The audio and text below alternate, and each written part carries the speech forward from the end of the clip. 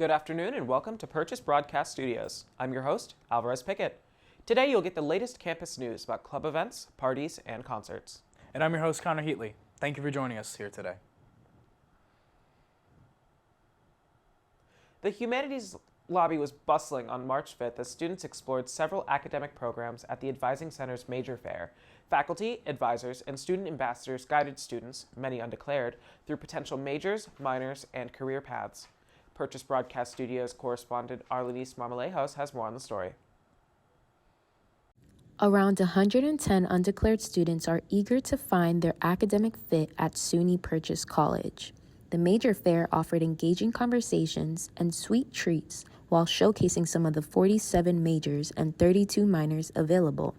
Representatives from the School of Humanities, Natural and Social Sciences, Film and Media Studies, Theater, along with career services, counseling, and the library, were present to guide students. Loosely modeled after pre-COVID sophomore day events, the Advising Center aimed to help students explore their pathways and find clarity in their academic choices. Since the pandemic, we've been slowly trying to build back up to more in-person events. And I thought, it might be nice to have a fair for students, especially those freshmen and sophomores who either are undeclared or searching for their major or their passion. And being undeclared, it's like you have a clean slate. You don't really have to be tied down to anything yet, but you're also able to just get everybody's perspective on everything. I talked to creative writing majors, I talked to art management majors, all of them just had different things to tell me. With the help of the Advising Center, this event provided students with valuable opportunities to learn about academic programs they may not have considered or were aware of. Students are now one step closer to defining their career paths with a wide range of possibilities ahead at Purchase. Students are learning the importance of fitness and self-help with a new weekly program titled Gym with Georgia. Students joined Georgia Henderson, a dance major at Purchase, in order to learn the fundamentals of working out in the gym. I filed this report. Students who join Gym with Georgia can be expected to learn how to properly exercise your body without causing injury. This is done with visual demonstrations from the group facilitator, Georgia Henderson. Participants will also learn various exercises used to strengthen different parts of the body, including lifting weights and squats, as well as how to navigate the gym, which can be intimidating for newcomers. The program is described as beginner-friendly and a great way to strengthen your body. I'm really enjoying Gym with Georgia. I feel like it's really built the Purchase community, and I definitely feel more connected with my community because I'm a dance major. It gives me a chance to interact with people from other majors. I really use Gym with Georgia to gateway my way into the gym, to being able to, help with my fitness and build up strength. And overall, it's a really great program, especially it's friendly for beginners who don't know what they're doing like me. SUNY Purchase offers a fully equipped gym complete with treadmills, ellipticals, dumbbells, a rock climbing wall, and a variety of machines to work every part of your body. Whether you are a newcomer or an experienced gym goer, Purchase has everything you need to get a good workout in. Last weekend, Crescendo, an unofficial SUNY Purchase club and show choir, held auditions for 2 days in order to cast their third musical theater showcase of the year. I filed this report. Here's what happened. For the second time this year, SUNY Purchase's very own unofficial show choir, called Crescendo, held auditions for their third planned show of the year.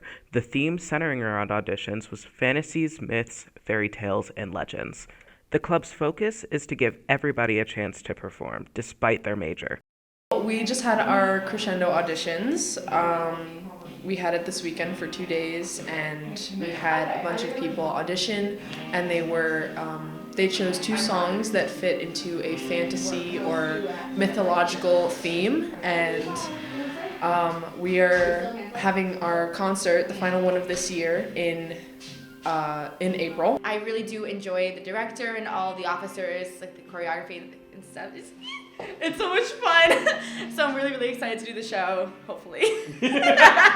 Despite a location and date having yet to be set, the club plans on putting on their final showcase this year around the end of April at 7:30.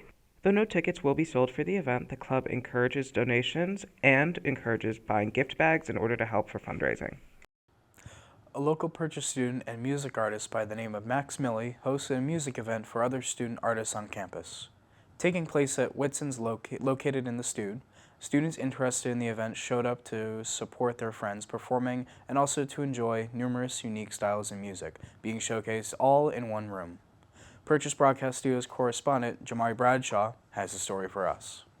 Purchase students unite once again as they host a music performance in Whitson's in the Stude on the 7th of March.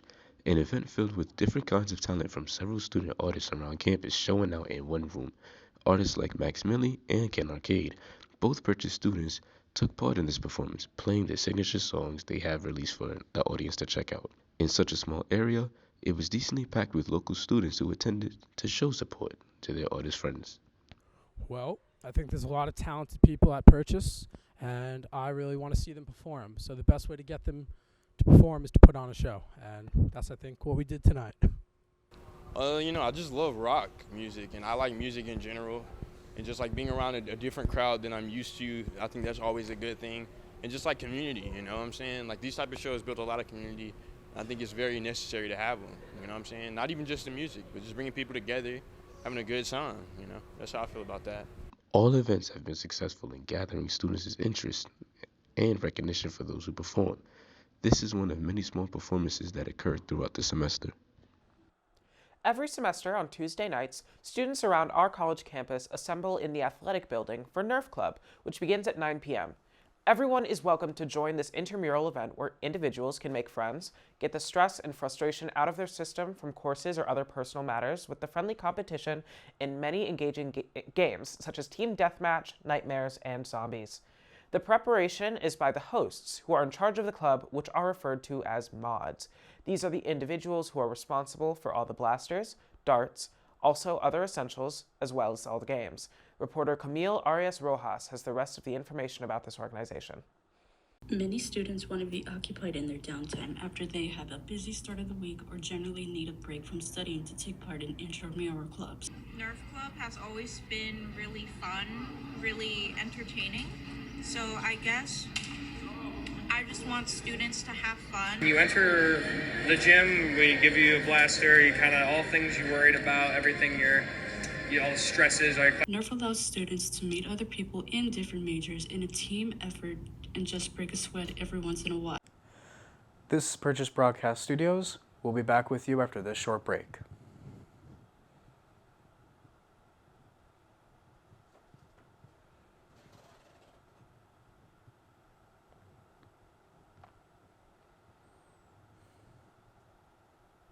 Thanks for staying with us for more stories from Purchase Broadcast Studios. As the weather warms up, students are looking for ways to explore the outdoors. For the first time, the Purchase College Outdoors Club is partnering with the New Paltz Outdoors Club for a hike at Harriman State Park. The club's vice president says the trail will be moderately difficult, featuring rocky terrain, elevation changes, and easy scrambles. Purchase Broadcast Studios correspondent Yestiny Hernandez has the story. Students from Purchase and New Paltz laced up their hiking boots for a day on the trails at Harriman State Park. This marks the first time the two schools' outdoors clubs have teamed up for an adventure. We're trying to get more people involved in the outdoors, and this one in particular, we can have the range of our people from Purchase and our people from New Paltz. Yeah, it's a beautiful day out. It's a bit colder than I thought it was going to be, but so far so good. I think that it's really beneficial to mental health, to really just, physical health obviously as well. And I hope that everyone enjoys it. It's social too. It's really been a great experience for me. If you missed this one, the Purchase Outdoors Club encourages students to get involved and join future adventures. They can be found on Instagram at @PurchaseOutdoors and on Pantherlink, where members receive email updates about upcoming events like this one. Pantherlink can be accessed through the quick link section on the Purchase College website. Let's take a look at the Planned Parenthood group holding meetings to talk about safe sex with students and what it entails. Purchase broadcast correspondent Alex Daniels followed this report. Multicultural Center, a place that discusses about the inclusivities of the world, is today's meetup place for the Planned Parenthood Club, a club that discusses about stuff like safe sex, while also having fun with it with little games to play and such with the other club members. I spoke to the runners of the club about why they do what they do. I picked it up because Trump became president, and I think it was important, and I saw other people talking about how they wanted a space on campus to talk about just like, personal issues and things going on in the world, and I just felt like it would be nice to talk about like our experiences or my experiences along with other people's experiences and have a safe space on campus to talk about those things. I think it's just information. Unfortunately, we live in an era where the media doesn't give a lot of factual information, so we want to be that resource for people to have that information and just in general to feel supported. We're living in like very like strange times. I know everybody says that, but it is strange, and I feel like a lot of people at least need that sense of community, because I feel like that's what's lacking nowadays. And if anything, college should be that. It should be that community, that form of community that you can go to wherever you want and feel that sense of community within the bounds of college. So then you can implement that after you get out of college, because you already have that knowledge of how to do that. So, yeah. With how dangerous the world of sex can be, especially in a college environment, it's nice to see that there's students out there that can help share their stories and experiences with others about what the possibilities sex could bring. This week is playoff week for the basketball teams at Mahopac Sports Association. After an almost 3-month season, the kids were ready to put their hearts out there in order to get the win and advance to the finals. The first games were played at Austin Road Elementary School, with the winner going to the finals at Mahopac Middle School. With a competitive first half of this game, the Bananas pulled away in the second to get a win 32-9. Purchase Broadcast Studios correspondent Aidan Achong filed this report.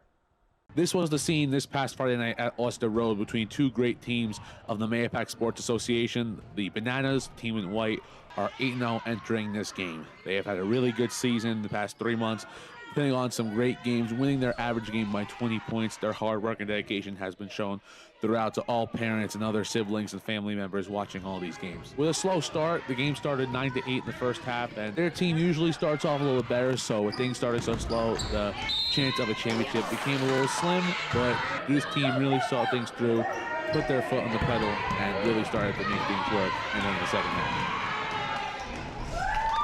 I think it was a very good game. They played hard, they had good motivation, and they had a good work ethic. They are really good basketball players, and I think they have very good potential in the future.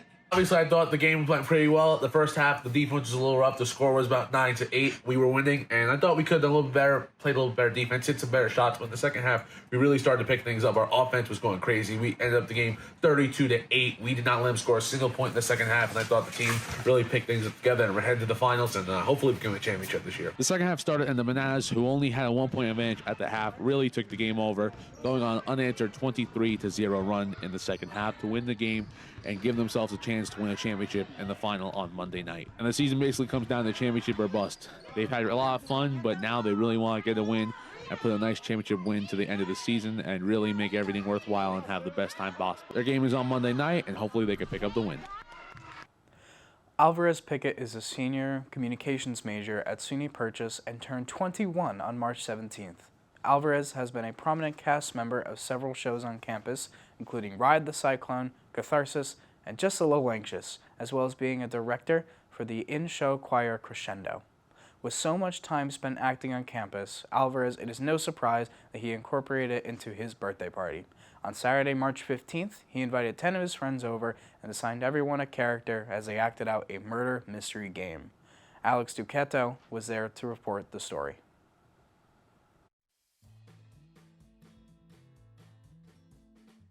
Turning 21 is a major milestone for most students in college because it signifies the age that they are able to begin drinking. However, Alvarez Pickett decided he wanted to celebrate a different way. With everyone dressed up in costume, he threw a murder mystery party, which involved searching around the apartment for clues, acting out scenes, and piecing together who did it. The story of this murder mystery takes place in the Wild West, with an old prospector being murdered, and the locals of the town needing to figure out who did it. No one knew who they could trust, not even the murderers themselves knew that they did it.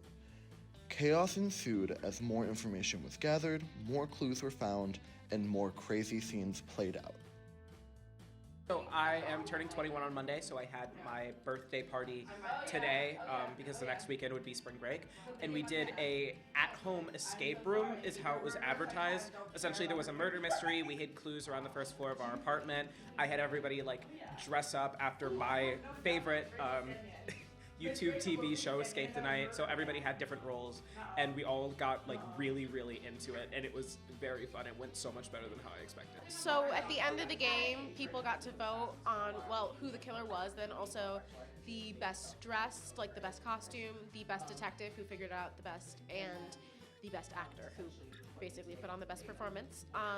I got best detective, then Rachel and I split the tie vote for best costume. Eventually, all the clues were found and all the scenes were acted out, so now it was time for everyone to sit together in a circle and read the detective's notes on what the detective has found has happened. These vital clues revealed information that allowed the partygoers to discover who did it in the end. Everyone discussed their theories, and it was revealed in the end that Regulus and Rachel were the two who did the murder, and they were arrested. The night ended in a burst of laughter and excitement as everyone was correct on who they thought did it. We both have murdered someone. Yeah, we did it. And we've been arrested now, so this is, yeah. Thanks so much for joining us here today at Purchase Broadcast Studios. I've been your host, Alvarez Pickett. And I've been your host, Connor Heatley. Thank you to our crew, Arlenis Marmolejos, Jahmari Bradshaw, Camille Arias-Rojas, Yestiny Hernandez, Alex Daniels, Aidan Achong, Alex Del Cueto, Nathaniel Evans, and Justin Knowles. Tune in again next time here at Purchase Broadcast Studios.